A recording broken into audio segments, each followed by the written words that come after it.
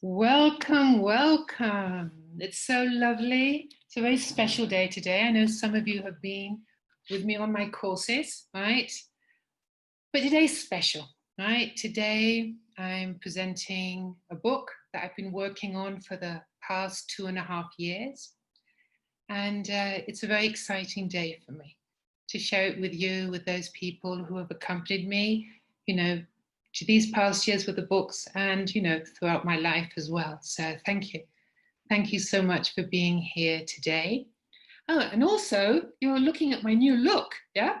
I decided I am not going to dye my hair anymore. It's not blonde because people say you've gone blonde. No, I haven't gone blonde. It's white. It's gray. I went gray, yes? So I said, that's it. I'm not dyeing my hair anymore. Okay, so this is the book, right? It's called Soul's Time to be Born. And it's in English, Spanish, and it will be coming out in French soon, right? And also it'll be coming out in Italian, Russian, Portuguese, Polish, and Dutch. They're already translated. I need to organize myself to print them, right? So as many of you know, I have many children's books, which I've been doing with my sister on different themes of how to share with your family, right? How your family was formed through egg donation, sperm donation. But this book is very special. And I dreamed of this day when Nicole would be opening the book, looking at the pictures. So I want to share with you the story of how the book came. So Nicole arrived the 2nd of September, 1999, which is 21 years ago. Look how beautiful, yeah, adorable. And many of you were here when she arrived, yeah. She was adorable. Here she is with her father. And here, look, what a beautiful baby, yeah. And when she arrived, years of struggling, wanting to be a mother, ended and a new phase started.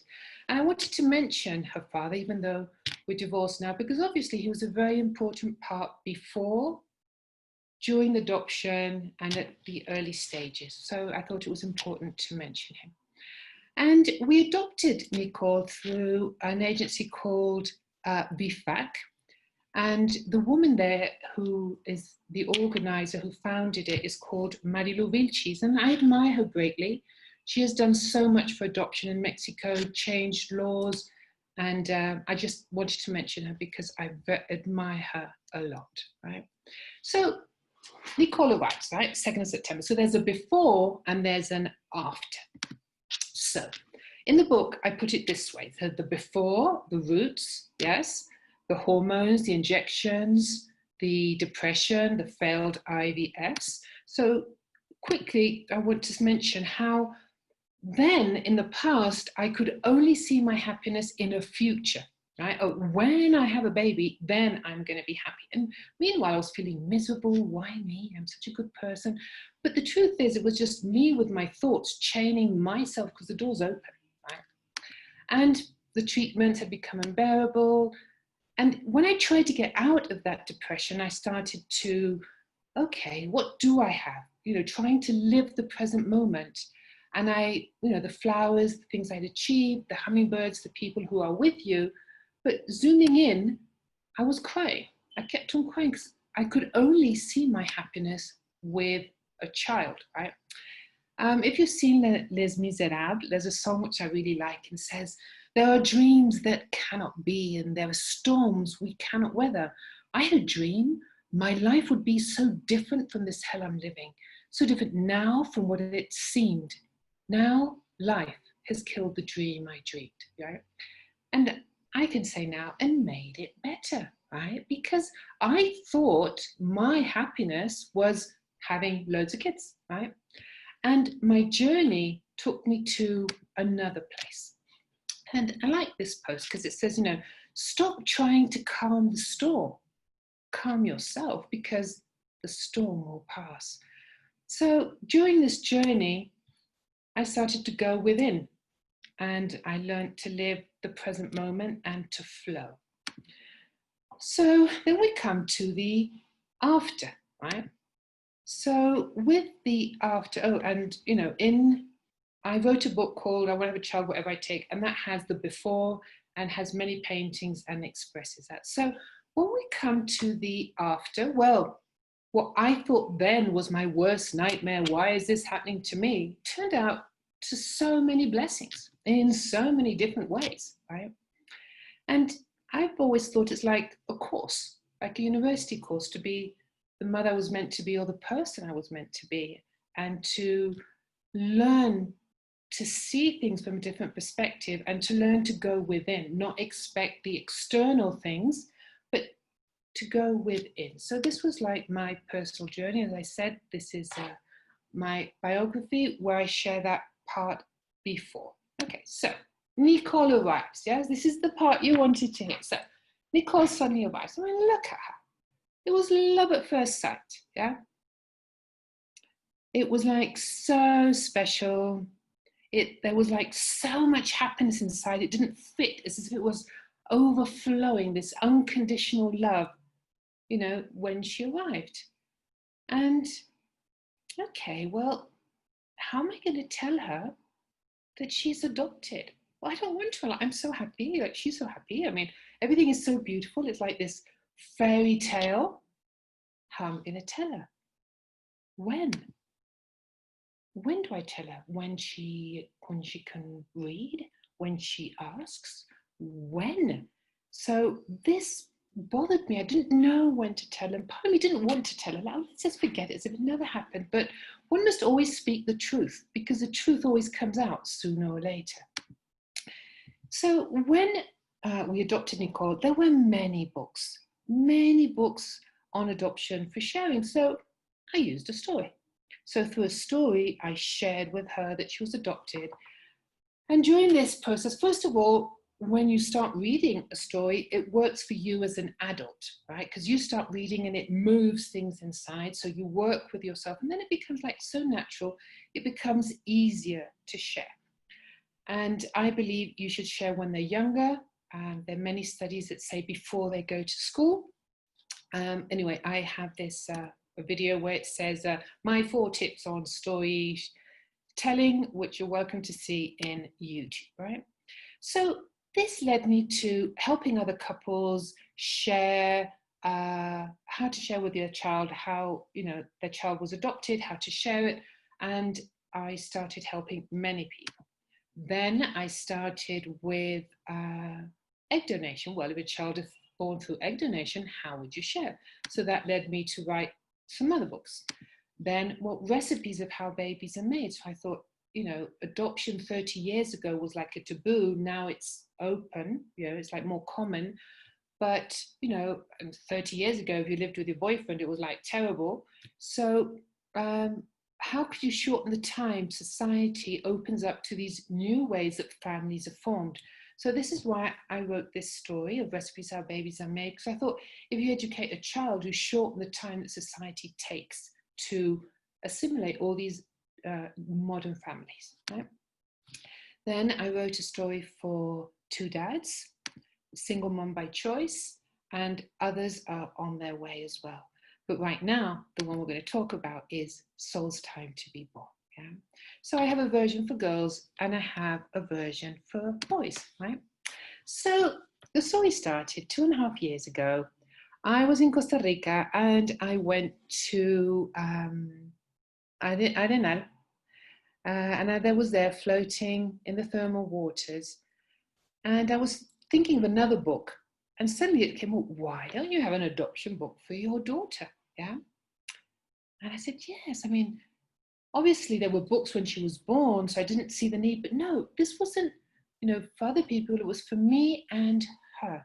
I wanted to write this book for her, right? So I started the journey quite happy, looking, you know, working on it. And then as I started the journey, all kinds of emotions came through, you know, and suddenly I felt afraid or angry and I didn't know what to do. And I was desperate and all these emotions I went into. And I started learning so much about myself on this journey.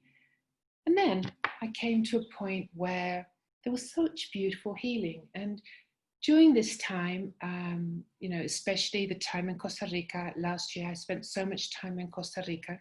I want to thank Cuca Coronas from San Jose, and especially Greet and Anne for all that time spent in La Senda, which was so magical for me and so healing. And there I am in La Senda, yeah, with so many lovely dogs, which I miss loads, right? And I miss you too as well, not only the dogs, right? And so I had this inner journey, right? And then Anne says, why didn't you tell Nicole about the book, yeah? And share it with her. And for me, it was like, well, yes, because part of me was afraid of sharing it with her. Because if I tell her, what if she doesn't like it? What happens if, I don't know, it was my biggest fear. So first of all, I said, I'm just going to do it and give it to her. But then when Anne said, tell her about it and do it together. So that's exactly what I did, right? So Nicole became part of the book a year ago. So a year and a half had gone by, right? And the last year she's been part of the book, and it's been so beautiful to be doing it with her, right? And the book has also made us get, you know, so much closer. So the original cover of the book, yes, was Soul's Time to Reincarnate, an adoption story. And my daughter says, you know, Mum, I know, you know, you like all this about regression and past lives and all that, but I think reincarnation in the title will maybe frighten people a bit. So why don't you put Soul's Time to be Born? Now, you should notice a difference from when I started of how it went evolving, right? How the images went changing as I started to get more confidence, as, you know, she became involved in it. And this union that was formed so deeper with the story, you know, is in the book, right? So we had lovely times together, right? Sharing this, and we started working a lot, right? So we traveled around Costa Rica, and so she went through the text and said, you know, Mom, change this, put that. So it was so beautiful to create this book with her. And then suddenly the book was ready, right? And the book was just ready 3 weeks ago. Yeah, so we finished it just recently. So she didn't know that I was printing a special copy for her, right? So 2nd of September, I invite her for lunch, right? And I have the book wrapped up, hidden in my handbag, right? I couldn't sleep the night before because it arrived the afternoon before, yes? Because, it wasn't even, I didn't know I was going to have it printed for that day. So I invite her out for lunch, right? And we go to the restaurant, we have a lovely meal. And then, you know, with dessert, out comes the present.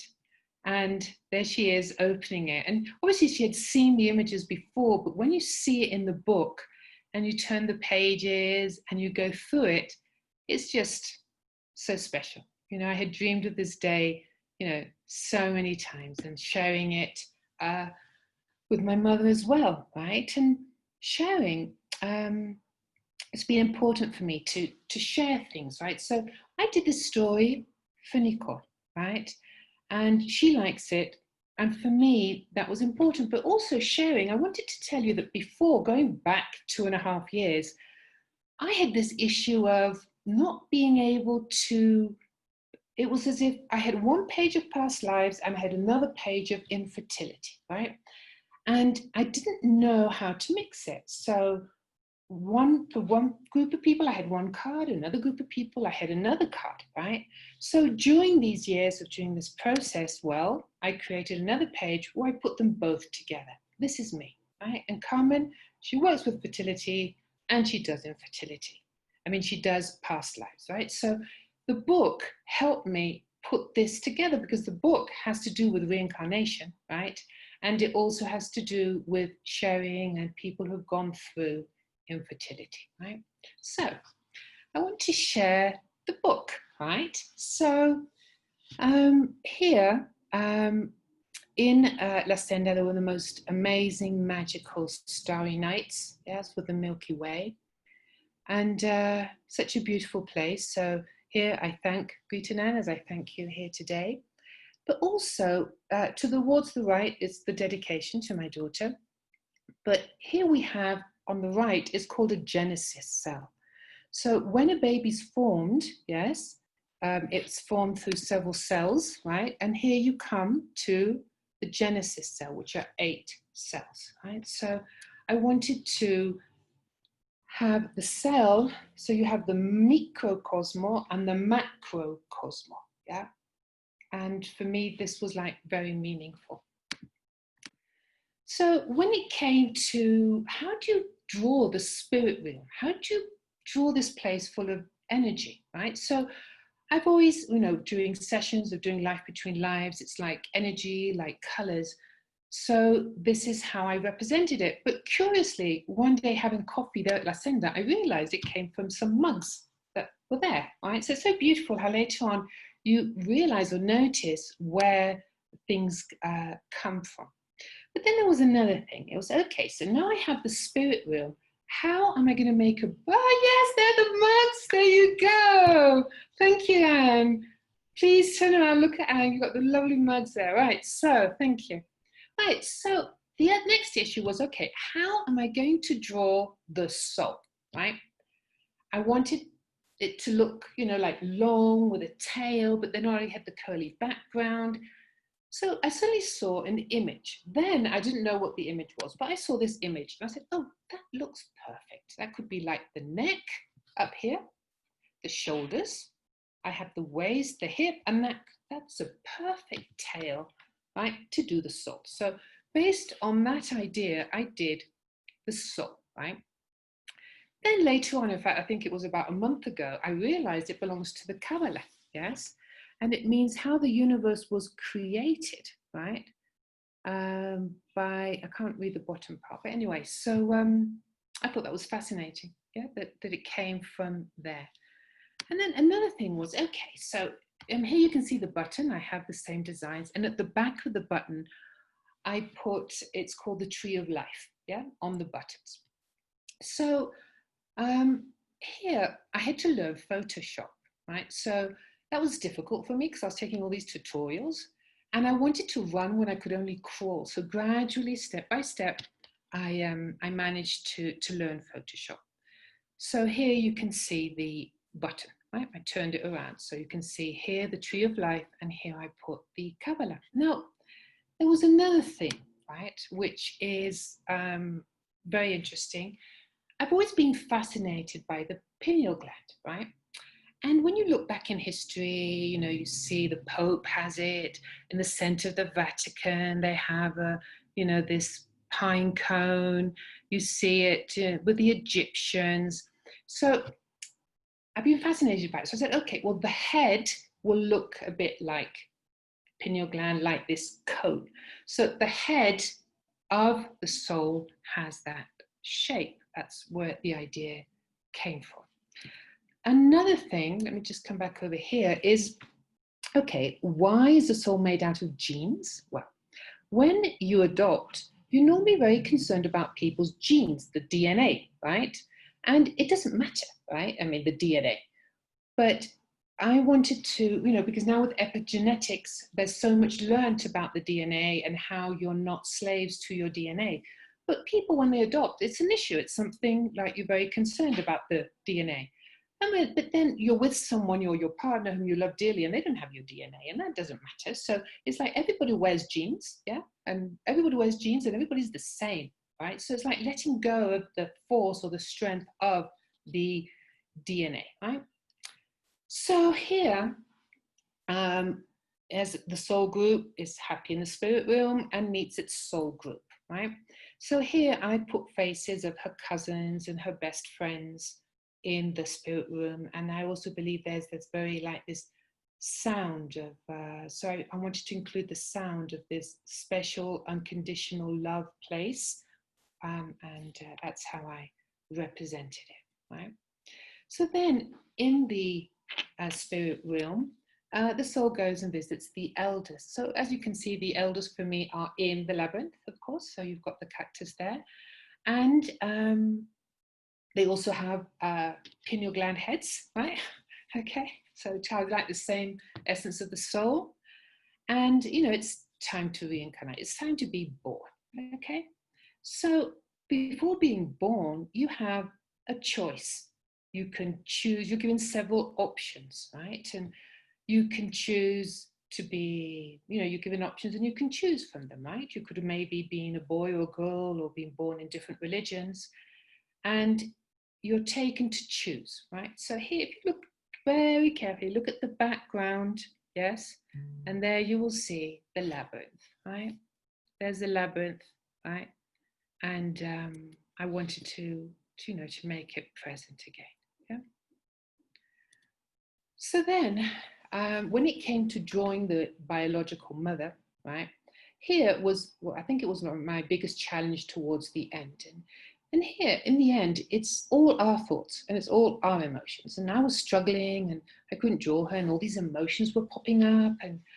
And you know, I told my daughter afterwards, she was like, you know, like, I mean, she didn't understand why I was like worrying about that so much. So it's so interesting how we perceive things from our perspective, and it's to go within and release them. And then afterwards, just by going into really identifying, going deep, deep, deep down, because I help people constantly in how to share with their child that, you know, they've been adopted or not.